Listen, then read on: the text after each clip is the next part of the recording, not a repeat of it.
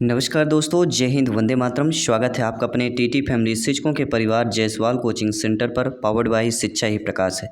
दोस्तों बात करेंगे सी-टेट सीडीपी बाल विकास प्रैक्टिस सेट की बात करेंगे और प्रैक्टिस सेट नंबर 10 है, जिसमें हम 30 महत्वपूर्ण आपके सिलेबस के अकॉर्डिंग संभावित 30 क्वेश्चंस करने जा रहे हैं। एमसीक्यूज रहेंगे, आपका प्रैक्टिस सेट रहेगा, मॉक टेस्ट रहेगा। इसके पहले ऑलरेडी 9 प्रैक्टिस सेट हम कंप्लीट कर चुके हैं, जिसका आई बटन पे ऑलरेडी लिंक भी आपको मिल जाएगा। सारा प्रैक्टिस सेट, मॉक टेस्ट सारा फ्री ऑफ कॉस्ट है। तो चलिए देर न करते शुरुआत करते हैं और 30 क्वेश्चंस करेंगे और आपको अंत में 30 क्वेश्चंस में आपके कितने क्वेश्चन सही हुए हैं ये भी आपको कमेंट बॉक्स में हमें शेयर करके ज़रूर बताना है, अपना फीडबैक ज़रूर देना है। तो चलिए शुरुआत करते हैं। पहला प्रश्न आपके स्क्रीन पर है। चिंतन अनिवार्य रूप से है एक संज्ञानात्मक गतिविधि, मनोगतिक प्रक्रिया, मनोवैज्ञानिक परिघटना या भावात्मक व्यवहार। जी हाँ, सभी कमेंट कीजिएगा मेरे प्यारे प्यारे भाइयों की, प्यारी प्यारी बहनें, गृहिणी जिनका सपना है सी-टेट एग्जाम को इस बार दोस्तों 101% जो है फतेह करना। तो चिंतन अनिवार्य रूप से एक क्या हो जाता है? चिंतन अनिवार्य रूप से एक संज्ञानात्मक गतिविधि हो जाती है। First option is the right answer. क्योंकि चिंतन जो होता है वो मानसिक स्तर पर होता है और इसमें अनुभव, कल्पनाएं, सूचनाएं सारी सम्मिलित होती हैं और एक नया रूप भी ग्रहण करता है, इसलिए इसे संज्ञानात्मक गतिविधि माना गया है। इसके बाद बात करेंगे आपके सेकंड क्वेश्चन की। सेकंड है, किस मनोवैज्ञानिक ने समोआ के द्वीप पर अनुदैर्ध्य अध्ययन किया है? हलिंगवर्थ, स्टेनले हॉल, मार्गरेट मीड या फ्रायड ने किया है? सभी कमेंट कीजिएगा। जी हाँ दोस्तों, सभी मित्रों को जय हिंद, वंदे मातरम। साथियों, आपका एक एक कमेंट फीडबैक सर्वोपरि है, सम्मान है। जायसवाल सर आप सभी का अभिनंदन, स्वागत करते हैं।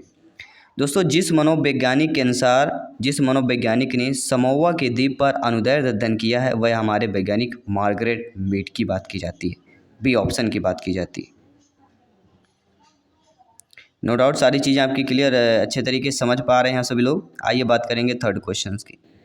एक बच्चे की वृद्धि और विकास निम्नलिखित में से कौन से कारकों द्वारा प्रभावित होता है?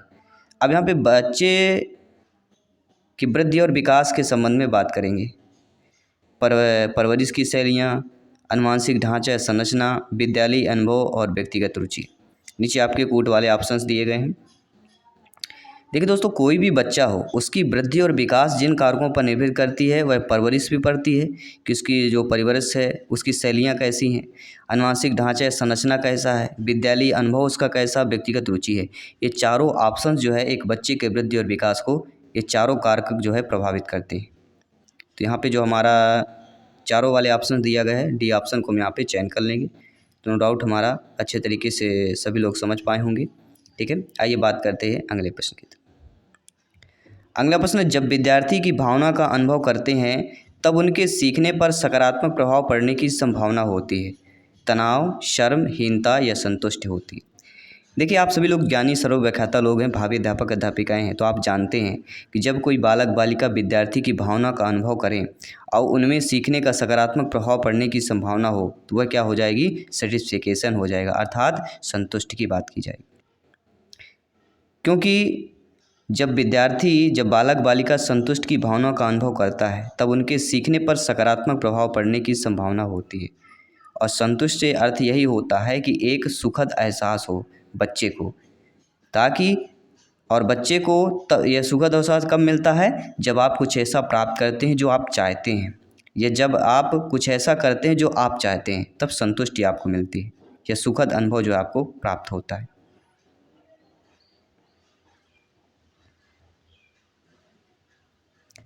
आइए बात करते हैं, आपके अगले प्रश्न की तरफ चलते हैं। अगला प्रश्न बहुत ही इंटरेस्टेड क्वेश्चन है कि जब पूर्व का अधिगम नई परिस्थितियों में सीखने पर किसी भी प्रकार से कोई प्रभाव नहीं डालता है तो क्या कहलाते हैं? दो प्रकार से प्रश्न बनते हैं। एक अक्सर पूछा जाता है कि जब पूर्व का अधिगम आपकी नई परिस्थिति में सीखने में मदद मिलती हो तो क्या कहलाएगा, और एक प्रकार से प्रश्न ये बनता है कि जब पूर्व का अधिगम नई परिस्थिति में सीखने पर किसी भी प्रकार से कोई प्रभाव नहीं डालता है तो क्या कहलाएगा? तो वह हमारा अधिगम का सुनियंत्रण कहलाएगा। जब पूर्व का अधिगम नई परिस्थिति सीखने में मदद मिलता है तो अधिगम का कौन सा हो जाएगा? सकारात्मक स्थानांतरण होगा, अगर मदद मिल रहा है, और नहीं कुछ नहीं अनुभव हो रहा है, प्रभाव नहीं हो रहा, तो शून्य स्थानांतरण हो जाएगा। ठीक है, तो दोनों चीज़ों को समझना है आप सभी लोगों को।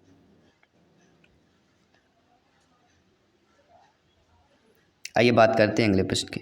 अगला प्रश्न है, समस्या समाधान की प्रभावशाली रणनीति नहीं है यानी ये जानना जरूरी है कि जो समस्या समाधान होती है इसकी प्रभावशाली रणनीति क्या क्या होती है। देखिए, पश्चगामी कार्यकारी युक्ति होती है, स्वानुभाविक होता है, कलन विधि होती है। ये तीनों समस्या समाधान की प्रभावशाली रणनीति है। लेकिन प्रकारात्मक आबद्धता, जी हाँ दोस्तों, जो प्रकारात्मक आबद्धता होती है ये समस्या समाधान की प्रभावशाली रणनीति नहीं होती है। अब आप बोलेंगे क्यों नहीं होती है?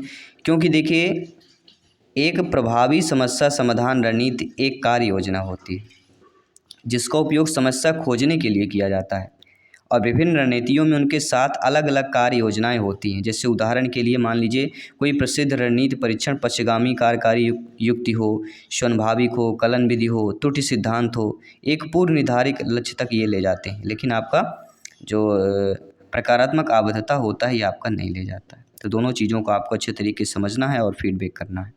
आइए बात करेंगे अगले प्रश्न की। अगला प्रश्न है, मानव विकास के संबंध में कौन सा कथन गलत दिया गया है? देखिए, मानव विकास में देखा जाए तो विकास सामान्य से विशिष्ट की ओर चलता है, विकास निरंतर होने वाली प्रक्रिया है, विकास पूर्वानुमेय होता है, लेकिन विकास रेखीय होता है। ये कथन गलत करा है मानव विकास के संबंध में। ठीक है, आइए बात करेंगे अगले प्रश्न की। जब एक ही विषय के विकास का अध्ययन अधिक समयावधि तक किया जाता है तो इस अध्ययन को क्या कहते हैं? तो आप भली भांति जानते हैं कि जब एक ही विषय के विकास का अध्ययन अधिक समयावधि तक किया जाए, यानी बार बार किया जाए, ज़्यादा समय तक किया जाए, तो उस अध्ययन को क्या कहेंगे? जीवन वृत्तांत, सर्वे, अनुप्रस्थ काट या अनुदैर्ध्य अध्ययन। तो जब एक ही विषय के विकास का अध्ययन अधिक समयावधि तक किया जाता है तो उस अध्ययन को अनुदैर्ध्य अध्ययन कहा जाता है। अनुदैर्ध्य की तरंगे आपने देखा होगा, एक अंतराल होती है, ठीक है, तो वह अनुदैर्ध्य कहला जाएगा आपका। अगला प्रश्न देखिए, व्यक्तित्व का अंतर्मुखता तथा बहिर्मुखता के रूप में वर्गीकरण दिया जाता है। देखिए, आप सभी लोग जानते हैं CDP बाल विकास में अंतर्मुख और बहिर्मुख दोनों से प्रश्न जरूर आता है। तो व्यक्तित्व का अंतर्मुखता और बहिर्मुखता के रूप में वर्गीकरण किसने दिया है? स्प्रेलन, युंग, शेल्डन, क्रेस्मर। तो आप सभी लोग जानते हैं किसकी बात करेंगे? प्रोफेसर युंग की बात करेंगे। अगला प्रश्न प्यारा सा प्रश्न है कि विद्यार्थियों की अर्थ बनाने की प्रक्रिया को किस प्रकार सुगम बनाया जाना चाहिए? विद्यार्थी, बच्चे, बालक, बालिका, इनकी बात की जा रही है। तो विद्यार्थी, बालक, बालिका को अर्थ बनाने की प्रक्रिया को जिस प्रकार से सुगम बनाया जाना चाहिए, क्या वह बारंबार अभ्यास जोड़ कर देकर है, निष्क्रिय अनुकरण द्वारा, भौतिक पुरस्कार या खोज या अन्वेषण द्वारा? अब विद्यार्थी, बालक, बालिका अर्थ बनाने की प्रक्रिया को सुगम बनाना है, इसलिए खोज व अन्वेषण द्वारा ही होगा, यानी डी ऑप्शन इधर राइट आंसर हो जाएगा। क्यों होगा? क्योंकि अन्वेषण विधि में छात्र को कम से कम बताकर उन्हें स्वयं अधिक से अधिक खोजकर सत्य को पहचानने पर बल दिया जाता है, इसलिए। और अन्वेषण आधारित शिक्षा एक सक्रिय शिक्षण दृष्टिकोण होता है जो बच्चों को जिज्ञासा और पूछताछ के माध्यम से सीखने में मदद करता है। आइए बात करेंगे अगले प्रश्न की। इनमें से कौन सी रक्षात्मक युक्ति नहीं है? तदामय, क्षतिपूर्ति, औचित्य स्थापन या साहचर्य की बात की जाती है। सभी कमेंट कीजिएगा, सभी ब्रदर्स, सिस्टर्स एंड टीचर्स। ऐसी कौन सी रक्षात्मक युक्ति नहीं है? देखिए, तदामय, क्षतिपूर्ति, औचित्य स्थापन, ये हमारे रक्षात्मक युक्ति हैं, लेकिन साहचर्य यह रक्षात्मक युक्ति नहीं होती। आइए बात करते हैं अगले प्रश्न की। निम्नलिखित में से कौन सा गिलफोर्ड के त्रिविमी बुद्धि सिद्धांत के विषय वस्तु आयाम का घटक नहीं? अब देखिए, जो गिलफोर्ड का त्रिविमी बुद्धि का सिद्धांत है उसमें विषय वस्तु आयाम है। विषय उसके आयाम के घटक कौन कौन से? तो इसमें व्यवहारिक होगा, प्रतीकात्मक होगा, शाब्दिक होगा, लेकिन प्रणाली नहीं होगा। अर्थात गिलफोर्ड के त्रिविमी बुद्धि के सिद्धांत के विषय वस्तु आयाम का प्रणाली यह घटक नहीं होगा। बाकी शाब्दिक, प्रतीकात्मक, व्यवहारिक, ये तीनों हम आपके घटक हो जाएंगे। आइए जानते हैं अगला प्रश्न। दोस्तों, एक सामाजिक रचनावादी कक्षा कक्ष में सीखना या सीखना जो होता है निष्क्रिय रूप से होगा, इसका स्वरूप सामाजिक होता है, पाठ्यपुस्तक केंद्रित होता है या परीक्षा केंद्रित होगा। तो आपको ये एक चीज़ समझना जरूरी है, सामाजिक रचनावादी कक्षा कक्ष है, उसमें सीखना किस प्रकार से हो सकता है? उसका स्वरूप सामाजिक ही होगा, क्योंकि सामाजिक रचनावादी कक्षा कक्ष। तो इन चीज़ों को भी आप ये करना है। क्यों होगा सामाजिक? क्योंकि एक सामाजिक रचनावादी कक्षा में रट कर सीखने, याद रखने, याद करने के आधार पर अधिगम और दोहराव की अनुमति नहीं होती है। क्योंकि एक सामाजिक रचनावादी कक्षा में सीखना है, सीखने का स्वरूप सामाजिक ही होता है, अर्थात छात्रों को अपने स्वयं के अधिगम की जिम्मेदारी लेने के लिए प्रोत्साहित करना चाहिए। और इससे क्या होता है? इससे उनके अपने चिंतन और अधिगम की प्रक्रियाओं को प्रतिबिंबित करना और उनको भी शामिल किया जाता है। और ये बालक बालिका को सामाजिक अंतःक्रिया के माध्यम से अर्थ के निर्माता और ज्ञान के निर्माता के रूप में देखा जाता है। तो इन चीज़ों को भी समझना चलते हैं, आप अपने सभी माइंड की मेमोरी में सारे क्वेश्चन के आंसर डिटेल सेव करते जाइएगा। दोस्तों, सृजनात्मकता मुख्य रूप से किससे संबंधित होती है? अभिसारी चिंतन, अपसारी, अनुकरण, मॉडलिंग। और आपको पता है 2 ऐसे टॉपिक है जिनसे प्रश्न पूछे जाते हैं, एक अभिसारी और अपसारी चिंतन। सृजनात्मकता जो मुख्य रूप से संबंधित होती है वह आपके अपसारी पर होती है, क्योंकि क्रिएटिविटी होती। अभिसारी क्या होता है? एक निश्चित समय सीमा होती है, लेकिन अपसारी जो होता है एक बहिर्मुखी प्रवृत्ति का टाइप कह सकते हैं। जैसे अंतर्मुखी तो अभिसारी हो गया, बहिर्मुखी अपसारी हो गया, उसी प्रकार से। तो अगर सृजनात्मकता है यानी क्रिएटिविटी है, तो क्रिएटिविटी है तो कहीं ना कहीं वो अपसारी चिंतन कहला जाए। ठीक है, तो दोनों चीज़ों को समझते जाना है, फीडबैक करते जाना है, प्रिपरेशन जारी रखना है, क्योंकि सिलेक्शन इस बार 101% एग्जाम को फतेह करना है। साथियों, इनमें से कौन सा संवेगात्मक बुद्धि का तत्व नहीं है? देखिए, संवेगात्मक बुद्धि का तत्व होता है संबंधों को संचालित करना, पुनराभूति और आत्म अभिप्रेरणा। ये तीनों संवेगात्मक बुद्धि के तत्व होते हैं, लेकिन उद्यमी सामर्थ्यता जो होता है ये संवेगात्मक बुद्धि का तत्व नहीं होता है, और यही पूछा जा रहा है, इसलिए according to question first option is the right answer हो जाएगा। आइए बात करते हैं आपके अगले प्रश्न की।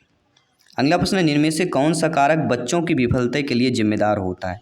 देखिए, व्यक्तिगत पाठचर्या, संदर्भित पाठचर्या, सक्रिय पाठचर्या।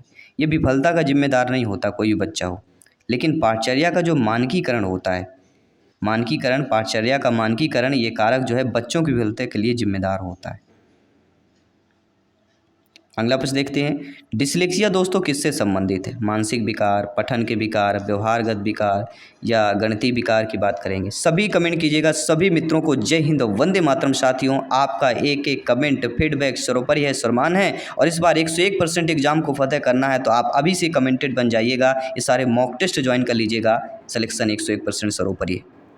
तो साथियों, डिसलेक्सिया किससे संबंधित होता है? तो आप सभी लोग जानते हैं डिसलेक्सिया की जब भी बात की जाती है पठन विकार से संबंधित हो जाता है। गणितीय विकार को डिस्कैलकुलिया बोला जाता है। बात करेंगे अगले प्रश्न की।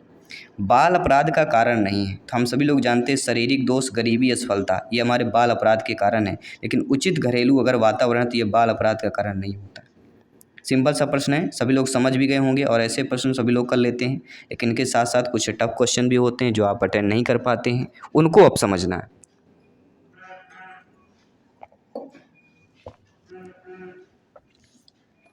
आइए बात कर लेते हैं।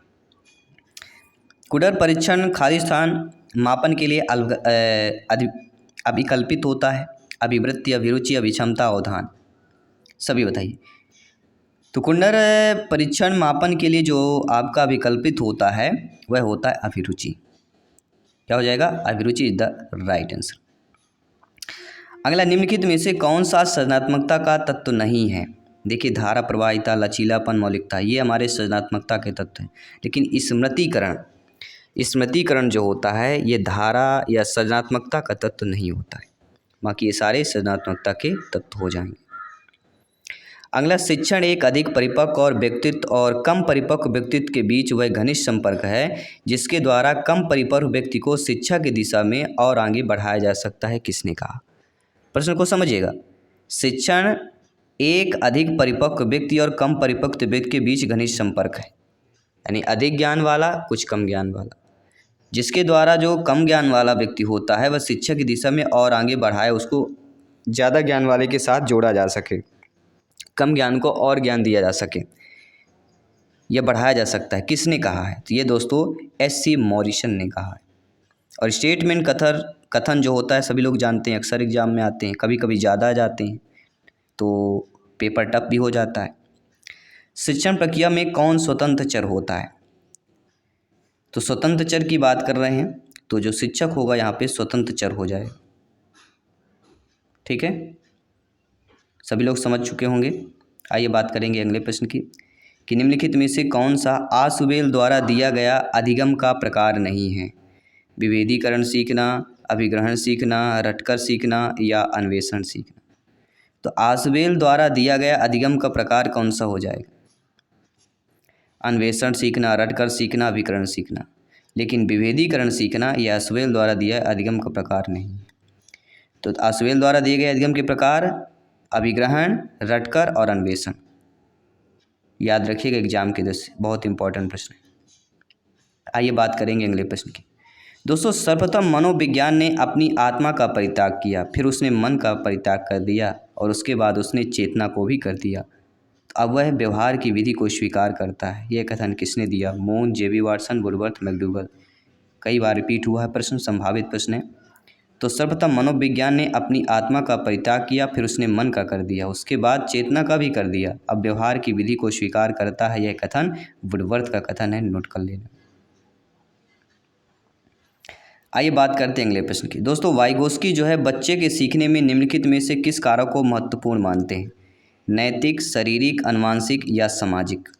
तो वाइगोस्की जो होता है बच्चों के सीखने में निम्नलिखित में से जिस कारक को महत्वपूर्ण मानते हैं वह होता है सामाजिक कारक, क्योंकि वाइगोस्की का संबंध सामाजिक शब्द से है।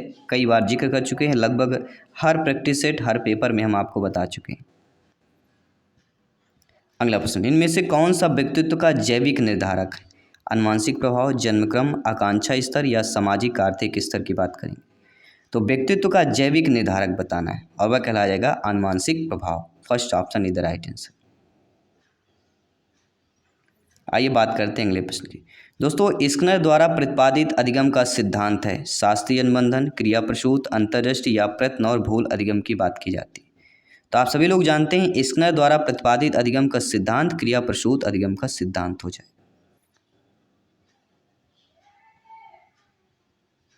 आइए बात करते हैं अगले प्रश्न की, जो कि बहुत इंटरेस्टेड क्वेश्चन आपके एग्जाम की दृष्टि से है कि मानसिक आयु की अवधारणा विकसित किया था प्रोफेसर बिने, टर्मन, स्टर्न या कैटल की बात करें। तो आप सभी लोग जानते हैं, समझते हैं, सभी लोग ज्ञानी सर्वव्याख्याता लोग हैं, जब भी मानसिक आयु की अवधारणा की विकसित की बात की जाएगी प्रोफेसर बिने का नाम आएगा। First option is the right answer. इसके बाद अगला प्रश्न है कि उपलब्धि अभिप्रेरणा का सिद्धांत किसके द्वारा दिया गया है?